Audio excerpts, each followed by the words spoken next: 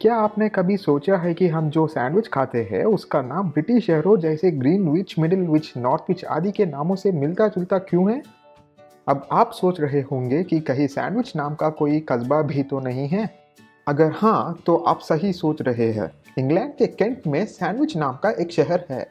पुरानी अंग्रेजी में विच या विक का अर्थ है निवास स्थान या व्यापार करने का सुरक्षित स्थान।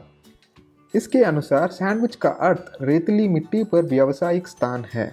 और अगर हम अपने सैंडविच की कहानी पर आते हैं, आइए आपको बताइए कि इस भोजन का नाम इस शहर से कैसे पड़ा जो इतना महत्वपूर्ण नहीं है। यह जानने के लिए हमें 2.5 सदी पहले एक जुआ खेलने के शौकीन शासक की कहानी जाननी होगी। हाँ, आपने सही सुना, एक जुआरी शासक।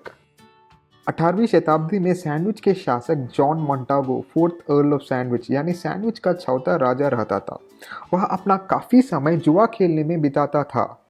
जुआ खेलने में वो इतना तल्लीन हो जाता था कि उसे खाने के लिए भी खेल छोड़कर उठने का इच्छा नहीं होती थी। ऐसे मौक़ों पर अपने हाथ धोने से बचने के लिए सैंडविच के राजा अपने रसोइयों को ब्रेड के 2 टुकड़ों के बीच मांस परोसने का निर्देश देता था। यहाँ तक कि उनके साथी जुआरी जो इस आदत से वाकिफ थे, वो भी अपने सेवकों को आदेश देते थे कि सैंडविच ने जो बोला वही चाहिए।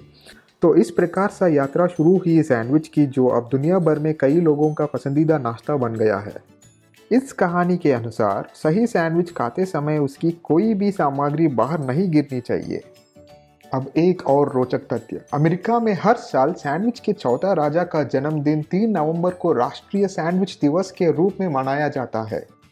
तो इस बार आपको सैंडविच बनाते समय न केवल सही ब्रेड और टॉपिंग पर ध्यान देना है, बल्कि इस बात का भी ध्यान रखना है कि जब इसे खाएं तो सामग्री नीचे न गिरे। उसी को हम एक असली सैंडविच मान सकते हैं।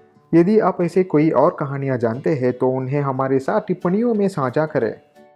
अगर आपको ये वीडियो पसंद आया तो आप जानते हैं कि क्या करना है। Like, share, subscribe and hit on the bell icon.